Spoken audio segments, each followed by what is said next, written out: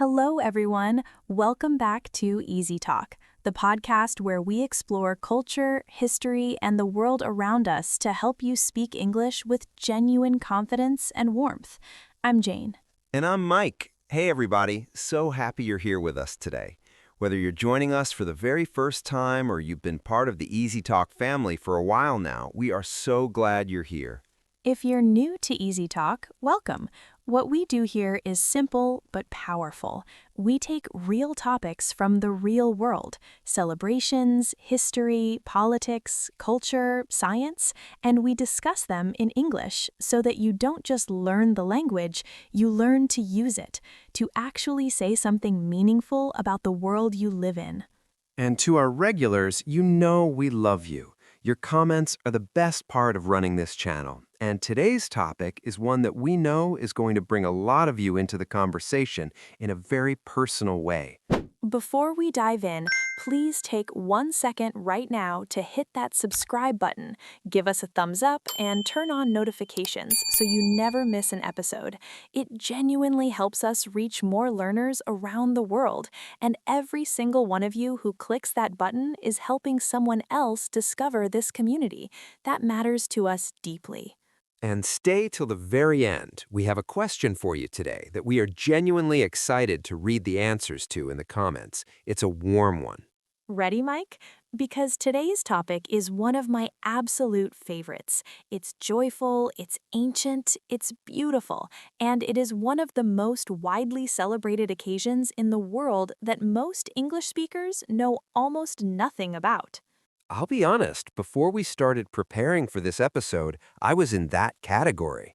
I knew the word, I'd seen it in headlines around springtime, but if someone had asked me to explain it, what it is, where it comes from, how it's celebrated, who celebrates it, I would have struggled. And that changes today. We are talking about Nowruz, one of the oldest and most beloved celebrations in human history, what it is, where it comes from, how it's celebrated across dozens of countries and cultures, what it means to the hundreds of millions of people who observe it, and, as always, how to talk about all of it in beautiful, precise, confident English. I have a feeling this is going to be one of those episodes where I learn something that genuinely changes the way I see the world. I promise it will. Let's start at the very beginning. Mike, what do you know about Nowruz? Almost nothing, honestly. I know it has something to do with the Persian New Year, I know it happens around March, and I know it's somehow connected to spring. That's genuinely the limit of my knowledge. That's actually a pretty decent starting point, because everything you said is true. Nowruz, spelled Nowruz,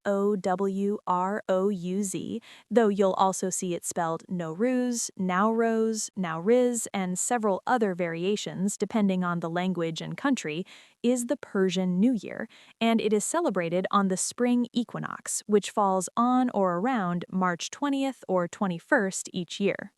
The spring equinox, that's the moment when day and night are exactly equal in length, right?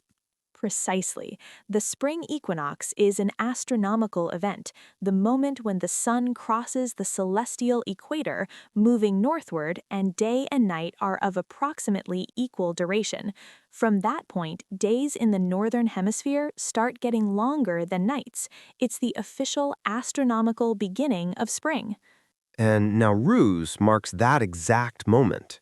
The exact moment. Not a day chosen for convenience, not a date that was decided by a committee or a religious council, but the precise astronomical moment when the Earth's tilt brings the northern hemisphere back toward the sun. The word Nowruz itself means new day in Persian. Now means new, and Ruz means day. That's a beautiful name, New Day. And the fact that it's tied to an astronomical event rather than a calendar calculation gives it this sense of cosmic authenticity. You've put your finger on something important. Nowruz is fundamentally a celebration of nature's renewal, of the return of light, warmth, and life after winter. It predates major world religions.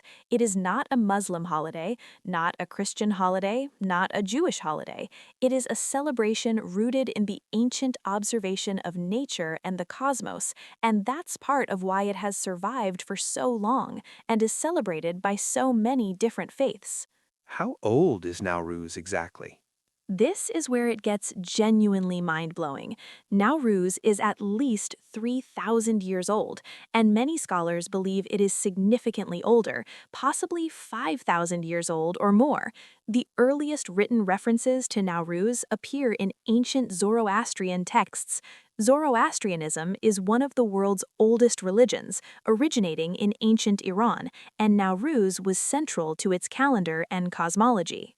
So we're talking about a celebration that was ancient when the Roman Empire was young. When the Roman Empire was young, Nowruz had already been celebrated for perhaps 1,000 years. To put it in perspective, Nowruz predates Islam by at least 1,000 years. It predates Christianity. It predates the construction of the Parthenon in Athens. This is one of the oldest continuously observed human celebrations that we know of. That continuity is extraordinary. Most ancient celebrations have been absorbed, transformed, or disappeared entirely. What kept Nowruz alive? Several things. First, its connection to nature. The spring equinox happens every year, regardless of politics or religion, and the human impulse to celebrate the return of spring is deep and universal. Second, the cultural identity it carries. For Persian and Iranian people especially, Nowruz is not just a holiday, it's a marker of identity, continuity, and civilization. Third, its flexibility. Nowruz has been adapted and adopted by many cultures over millennia without losing its essential character. Let's talk about who celebrates Nowruz today. I think this might surprise a lot of our listeners. It surprises almost everyone who hasn't grown up with it. Nowruz is celebrated by an estimated 300 million people around the world. Let me say that again, 300 million. That's more than the entire population of the United States. More than the entire population of... That's most of Central Asia. And it doesn't stop there.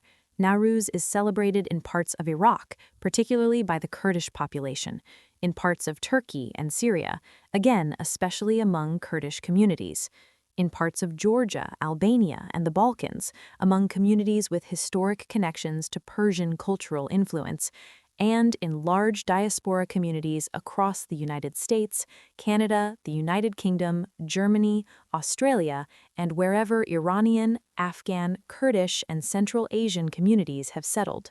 UNESCO recognized Nowruz, didn't they? UNESCO inscribed Nowruz on the representative list of the Intangible Cultural Heritage of Humanity in 2009, and it is one of the few entries that was inscribed by a group of countries simultaneously: Iran, Afghanistan, Azerbaijan, India, Kyrgyzstan, Pakistan, Tajikistan, Turkey, Turkmenistan, and Uzbekistan all jointly nominated it. The United Nations General Assembly officially recognized March 21st as International Nowruz Day. So it has formal international recognition as a significant human cultural heritage. One of the most universally recognized cultural celebrations in the world. And yet, in many English-speaking countries, the majority of people have never heard of it or know almost nothing about it. That gap in awareness is something we're very directly addressing today. Let's get into the traditions. How is Nowruz actually celebrated? What happens? This is where it gets truly rich, because Nowruz has an elaborate series of traditions and rituals that unfold over a period of weeks, not just a single day. The preparations begin well before the equinox itself, and the celebration continues for 13 days afterward. 13 days? So it's not a one-day event. Nowruz is a season, not a day. The full observance spans from the preparations, which can begin weeks in advance, through the equinox itself and continues until the 13th day of the new year, which is celebrated with its own distinct tradition called Sizdah Bedar. Let's start from the beginning. What are the pre-Nowruz preparations? The preparations begin with something called kane tekani, which in Persian means shaking the house. It is a thorough, deep spring cleaning of the entire home. Every corner is cleaned, every surface wiped down, curtains are washed, carpets are beaten, windows are polished. The idea is to enter the new year in a clean, refreshed space, to literally clear out the old and make room for the new. I love that as a concept. Spring cleaning is a ritual act of renewal. It's deeply intentional. This isn't just cleaning for hygiene, it's symbolic. You are clearing away the residue of the old year, the dust of past troubles and difficulties, and preparing a fresh beginning. Many cultures have spring cleaning traditions, but in the Nowruz context, it has this explicit spiritual and symbolic dimension. What comes next? New clothes. Buying new clothes, or at least one new outfit for Nowruz, is a beloved tradition across virtually all cultures that celebrate it.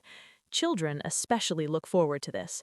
The new clothes symbolize a fresh start, renewal, and presenting your best self to the new year. Families often go shopping together in the weeks before Nowruz, and the markets and bazaars are full of color and energy. I can imagine the atmosphere in Tehran or Kabul or Dushanbe in the weeks before Nowruz, bustling markets, families shopping together, that sense of collective anticipation. The atmosphere is electric. If you've ever experienced the lead-up to a major holiday in a culture that takes it very seriously, think of Christmas in a traditionally Christian country, or Eid in a predominantly Muslim one. That energy of collective preparation and anticipation, multiplied across an entire nation or region, is what the pre-Nowruz period feels like. Now let's talk about what is probably the most distinctive Nowruz tradition, the Haft-Sin table, because I've seen pictures of this and it's visually stunning. The Haft-Sin, literally 7 S's in Persian, is the ceremonial table setting that every family prepares in their home, and it must include 7 specific items, each beginning with the Persian letter sin, the equivalent of the letter S. Each of the 7 items carries symbolic meaning related to spring, rebirth, and hopes for the new year. Walk me through the 7 items. The 7 traditional items are sabze, wheat, barley, or lentil sprouts grown specifically for Nowruz, symbolizing rebirth and renewal. Samanu, a sweet wheat germ pudding, symbolizing affluence and fertility. Senjed, the dried fruit of the oleaster tree, symbolizing love. Seer, garlic, symbolizing medicine and health. Sib, apples, symbolizing beauty and health. Somak, sumac berries, symbolizing the color of sunrise and patience, and serke, vinegar, symbolizing age, wisdom, and patience. So each item is a physical symbol of something you're inviting into the new year: health, love, wisdom, beauty, prosperity. The table is a visual prayer for the new year, and beyond the 7 S items, families often add additional meaningful objects: a mirror representing reflection and clarity, candles representing light and enlightenment, painted eggs representing fertility and new life, a goldfish in a bowl representing life and the end of the astrological year of Pisces, a copy of a holy book or a book of poetry. Many Iranian families place the Quran or the poetry of Hafez or Ferdowsi, representing wisdom and guidance. The painted eggs and the goldfish, those details are fascinating. There's something almost universally human about those symbols, isn't there? Eggs as new life appear in Easter traditions too. Exactly, and this is one of the things that makes Nowruz so beautiful to explore in a cross-cultural context. The symbolism of spring, rebirth, eggs, new growth, light overcoming darkness appears in many of the world's spring celebrations. There are parallel traditions across cultures that all independently came to similar symbols because they're responding to the same natural reality: winter ending, life returning. What happens at the exact moment of the new year, at the equinox itself? The moment of the equinox, called the Tawil, is the sacred heart of the entire celebration. Families gather together around the Haft-Sin table. They know the exact minute the equinox will occur. It's calculated precisely and published in advance. As the moment approaches, there is a hush, a sense of anticipation. And when the clock reaches that exact moment, there's an eruption of joy, embracing, kissing, weeping with happiness, exchanging wishes for the new year. That image is so moving. A family gathered around this beautiful table, waiting for the precise astronomical moment of the Earth's renewal. It's one of the most human moments I can imagine, and it happens across hundreds of millions of homes simultaneously, in Tehran and Kabul, in Dushanbe and Baku, in Almaty and Toronto and Los Angeles and London. The same moment, the same gathering, the same eruption of joy. That collective simultaneity is deeply powerful. What are the traditional greetings for Nowruz? What do people say to each other? The most common greeting in Persian is Nowruz Mobarak, which means Happy Nowruz, or literally Blessed Nowruz. You'll also hear Nowruz Piruz, Victorious Nowruz, or Successful Nowruz. In Azerbaijani, people say Novruz Bayramanez Mubarek. In Kurdish, Nowruz Piroz Be. In Kazakh, Nowriz Mehrami Kutli Bolsin. The specific words change across languages, but the warmth and the wish for blessings in the new year are universal. What about visiting? I imagine this is a time of family reunions. Visiting is central to Nowruz. In the days following the equinox, people visit family and friends in a specific traditional order. Younger people visit older people first as a mark of respect. Children visit grandparents. Family members visit elders. Friends and neighbors exchange visits. These are not casual drop-ins. They are meaningful social rituals that reinforce family bonds and community ties. And I imagine there's food involved. The food. Nowruz cuisine is spectacular. The most iconic Nowruz dish is sabzi polo mahi, herbed rice with fish. The green herbs in the rice represent the green of spring and new growth. The fish, particularly whitefish, represents new life and prosperity. This dish is eaten on the night of the equinox in Iranian tradition and is one of the most beloved foods associated with the celebration. What other foods are traditional? Reshteh polo, noodle rice, is a popular dish in some regions, with noodles symbolizing the threads of fate and hope for a prosperous path ahead. Ash reshteh, a thick, hearty noodle soup with herbs, legumes, and kashk, a fermented whey, is eaten in some traditions during the Nowruz period. Sweets are everywhere. Rice cookies called nan-e-berenji, chickpea cookies called nan-e-nokochi, baklava, and other confections made specifically for the holiday and given as gifts. Let's talk about the fire festival, Chaharshanbe Suri, because this seems like one of the most dramatic Nowruz-related traditions. Chaharshanbe Suri, which translates roughly as Red Wednesday, is celebrated on the eve of the last Wednesday before Nowruz. It is a fire festival and it is spectacular. People light bonfires in the streets and then jump over the flames while chanting, in a rough translation, "Give me your red color, take away my yellow pallor." The fire takes away sickness, weakness, and ill fortune from the old year and gives back health, warmth, and energy for the new one. Jumping over fire as a purification ritual. Fire has been sacred in Persian tradition since ancient Zoroastrian times. Zoroastrianism venerates fire as a symbol of divine truth and purity. Chaharshanbe Suri is thousands of years old, and its roots in fire worship are ancient. Today, it's celebrated with fireworks, sparklers, and the bonfire jumping in streets and neighborhoods across Iran and in diaspora communities worldwide. That image, the bonfires in the streets, the jumping, the chanting, sounds incredibly alive and communal. This is a celebration that happens outside, together, in public. That communal, public dimension is important. So much of modern celebration has become private and domestic. Parties in homes, watching things on screens. Chaharshanbe Suri is people in the streets, with fire, with noise, with community. It's one of those traditions that reminds you of what celebration can feel like when it's fully embodied and communal.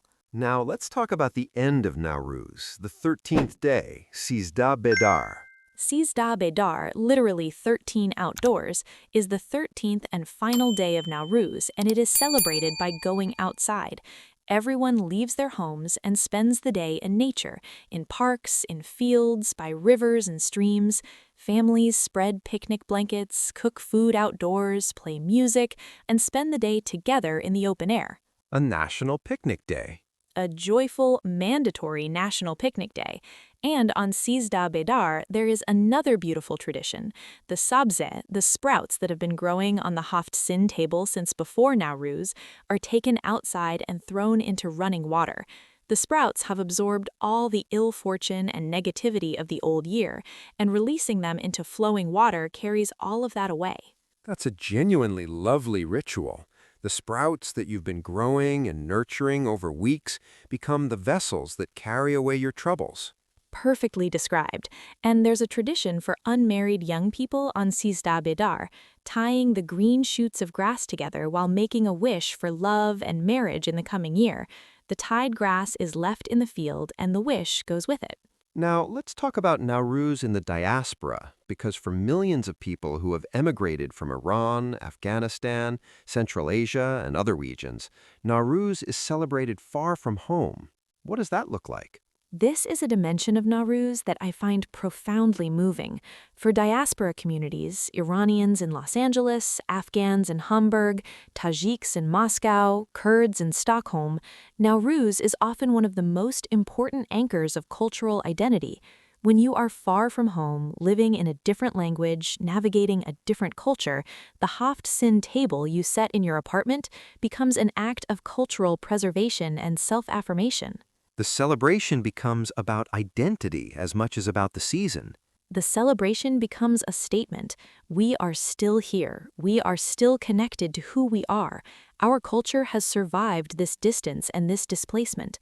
Many diaspora families describe Nowruz as the one time of year when the full extended community gathers, when people who have been scattered by work, by study, by the demands of immigrant life come back together around the table.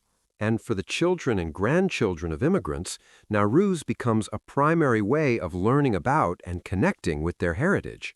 A child growing up in Toronto or London or Sydney who has never seen Iran or Afghanistan learns what sabzi polo mahi tastes like, learns the words Nowruz Mubarak, helps their grandmother arrange the Haft-Sin, watches their parents' faces change at the moment of the tawil. That is how culture travels across generations and across oceans. It's extraordinary, isn't it? An ancient Persian tradition being practiced in Toronto apartments and Los Angeles living rooms.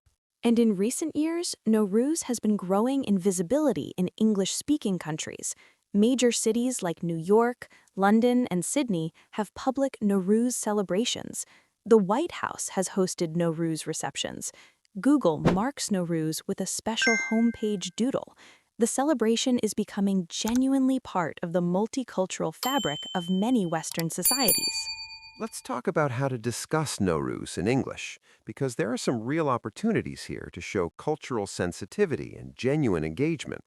The first thing is simply knowing about it and acknowledging it. If you have Iranian, Afghan, Kurdish, or Central Asian friends or colleagues, wishing them Happy Nowruz around March 20th, 21st is a gesture of genuine cultural respect and warmth that will be received with real appreciation. What's the right way to spell and pronounce it for English speakers? The most common English spelling is Nowruz, Nowruz. The pronunciation is roughly no-ruz. The first syllable rhymes with no, the second syllable rhymes with cruise. Nowruz is another common spelling that more directly guides English speakers to the right pronunciation. You might also see Nowruz, Nowriz in Central Asian contexts, or Nowroz in Kurdish contexts. All of these refer to the same celebration. And when we describe it to people who don't know it, what's the right framing? I'd resist calling it simply the Persian New Year, because while that's technically accurate for the Iranian tradition, it undersells the breadth and diversity of the celebration. I'd say something like, Nowruz is an ancient celebration of the spring equinox, observed for at least 3,000 years across Iran, Central Asia, the Caucasus, and parts of the Middle East.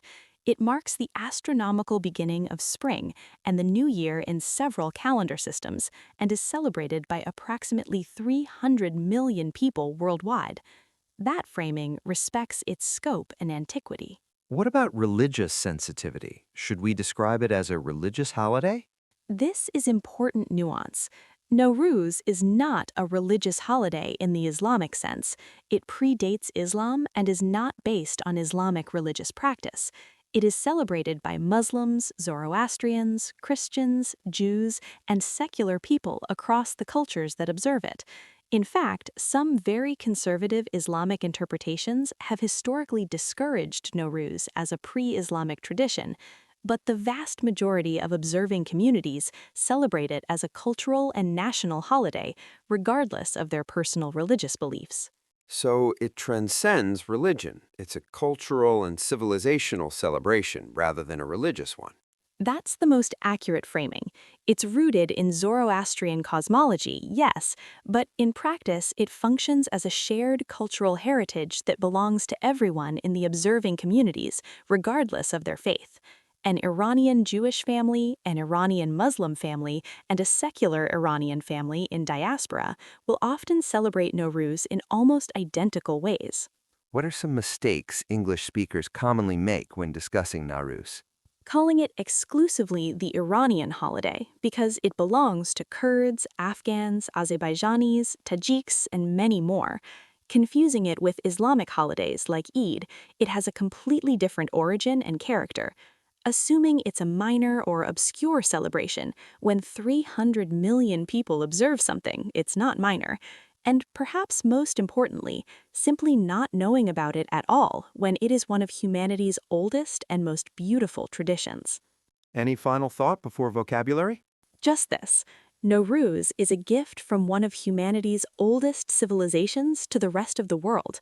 It is a reminder that human beings have been watching the sky, marking the seasons, gathering with family, making new beginnings, and reaching toward the light for thousands of years. When 300 million people stop what they are doing and turn toward the exact moment the sun brings spring back to the northern hemisphere, there is something in that which is not just Iranian or Persian or Central Asian. There is something in that which is simply profoundly human. Nowruz Mubarak to everyone listening. Nowruz Mubarak. That was beautiful. Now, vocabulary. Word 1. Equinox. This noun refers to either of the two moments in the year when the sun is directly above the Earth's equator and day and night are of approximately equal length. Example: Nowruz is celebrated on the spring equinox, marking the astronomical beginning of spring. Pronounced equinox. There are two equinoxes each year, the spring equinox around March 20th, 21st, and the autumn equinox around September 22nd, 23rd. The word comes from Latin, aequus, meaning equal, and nox, meaning night. Understanding this word connects you to astronomy, seasonal language, and cultural celebrations worldwide. Word 2. Renewal. This noun means the process of making something new again, restoring it to a fresh or original condition, or the resumption of something after an interruption. Example: Nowruz is fundamentally a celebration of nature's renewal after the darkness and cold of winter. Pronounced renewal. The verb is renew. In the context of Nowruz, renewal operates on multiple levels simultaneously: the renewal of nature through spring, the renewal of the home through cleaning, the renewal of relationships through visiting, and the personal renewal of hopes and intentions for the year ahead. Word 3. Ritual. This noun refers to a religious or solemn ceremony consisting of a series of actions performed according to a prescribed order, or more broadly, any practice or pattern of behavior regularly performed in a set manner. Example: the preparation of the Haft-Sin table is one of the most cherished Nowruz rituals performed by families across the world. Pronounced ritual. Rituals are distinct from mere habits because they carry symbolic meaning. Each action in a ritual points to something beyond itself. Understanding the concept of ritual deepens your ability to discuss any cultural or religious tradition in English. Word 4. Ancestral. This adjective means relating to, inherited from, or typical of one's ancestors, the people from whom one is descended, often going back many generations. Example: for the diaspora communities, celebrating Nowruz is a way of maintaining a connection to their ancestral culture and homeland. Pronounced ancestral. The noun is ancestor, and the plural, ancestors. This word captures something important about why ancient celebrations survive. They connect living people to those who came before them, creating a sense of continuity and belonging that transcends individual lifetimes. Word 5. Zoroastrianism. This noun is the name of one of the world's oldest religions, founded by the prophet Zoroaster in ancient Iran, which venerates fire as a symbol of divine truth and divides reality into forces of good and evil. Example: Nowruz has its roots in Zoroastrianism, making it one of the oldest continuously observed celebrations connected to any religious tradition. Pronounced Zoroastrianism. The adjective is Zoroastrian. While relatively few people practice Zoroastrianism today, its influence on Persian culture, the Abrahamic religions, and world civilization is enormous. Knowing this word demonstrates sophisticated engagement with religious and cultural history. Word 6. Diaspora. This noun refers to a scattered population that has originated from a different geographic location, people who have left their original homeland and settled elsewhere while maintaining cultural connections to their place of origin. Example: the Iranian diaspora around the world celebrates Nowruz as a vital expression of cultural identity and connection to home. Pronounced diaspora. In the context of Nowruz, the diaspora dimension is particularly rich. The celebration has been carried by migrants and refugees across the globe and continues to be observed in countries far removed from its geographic origins. Word 7. Cosmology. This noun refers to a branch of science or philosophy dealing with the origin and structure of the universe, or more broadly, a set of beliefs about the nature, origin, and structure of the world held by a particular cultural or religious tradition. Example: the timing of Nowruz reflects ancient Persian cosmology, in which the movements of the celestial bodies were deeply connected to human life and fate.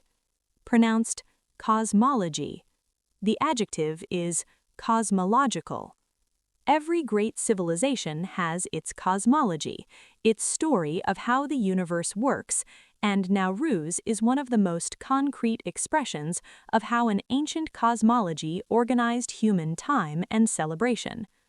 Word 8. Intangible.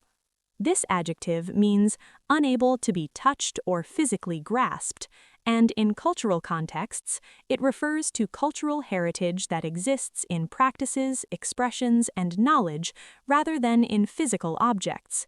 Example: UNESCO recognized Nowruz as intangible cultural heritage of humanity, acknowledging its significance as a living practice shared across many nations. Pronounced intangible. The UNESCO Intangible Cultural Heritage List is an important reference in discussions of world culture. It includes traditions, oral histories, performing arts, social practices, rituals, and festive events that communities consider part of their living heritage. Word 9. Communal. This adjective means relating to or done by a community of people together, shared, collective, belonging to everyone rather than to an individual. Example: the bonfire jumping of Chaharshanbe Suri is a joyfully communal tradition, with entire neighborhoods gathering in the streets to leap over the flames together. Pronounced communal. This word captures something essential about what makes Nowruz distinctive. It is not primarily a private or domestic celebration, but a profoundly communal one, where the participation of the whole community is part of what gives it meaning and power. Word 10. Preservation. This noun refers to the maintenance and protection of something over time, keeping it safe from decay, loss, or change. Example: for Iranian and Afghan communities in diaspora, celebrating Nowruz serves as an act of cultural preservation, passing traditions and identity to the next generation. Pronounced preservation. The verb is preserve. In the context of Nowruz, cultural preservation is one of the central challenges faced by diaspora and minority communities around the world. How to maintain a living connection to language, food, music, and celebration in an environment that does not naturally support those traditions. Nowruz is a remarkable example of successful cultural preservation across centuries and continents. Jane, that was one of the most beautiful episodes we've ever done.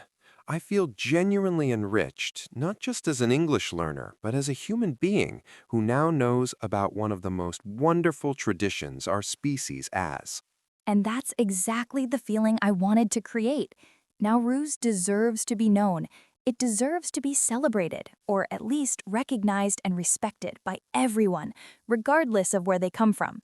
3,000 years old, 300 million people, and most of the English-speaking world still barely knows what it is. Well, not anymore, not our listeners. Not our listeners. And now we want to hear from you. This is our question for today, and it's one we are truly excited to read the answers to. Do you celebrate Nowruz? If you do, what is your favorite tradition, your favorite food, your most treasured memory of this celebration? And if you don't celebrate it, has this episode made you curious about it? Share your Nowruz stories and memories in the comments below. We especially want to hear from our listeners in Iran, Afghanistan, Tajikistan, Azerbaijan, Kazakhstan, and from diaspora communities around the world. Your stories are the best part of this community. If this episode moved you, taught you something, or made you want to share it with someone you love, please give us a thumbs up. It takes 1 second, and it genuinely helps more people discover Easy Talk. Subscribe if you haven't already, and turn on notifications so you never miss a new episode. We are building something special here, and you are part of it. Share this episode with your friends, your classmates, your colleagues, anyone who wants to understand the world's cultures and speak about them in confident, beautiful English. And follow us on Instagram, TikTok, and Facebook at @EasyTalkPodcast for daily content, vocabulary, and a community of learners from every corner of the world. Here is today's thought to carry with you. Every spring, for at least 3,000 years, human beings in one part of the world have stopped at the exact moment the Earth turns back toward the sun and said, together, "New day, new beginning, new hope." That is Nowruz, and knowing about it makes the world richer for you. Nowruz Mubarak, everyone. Nowruz Mubarak. I'm Jane. And I'm Mike. This has been Easy Talk. Until next time, stay curious, stay warm, and keep celebrating what makes us human. Goodbye, everyone. Goodbye.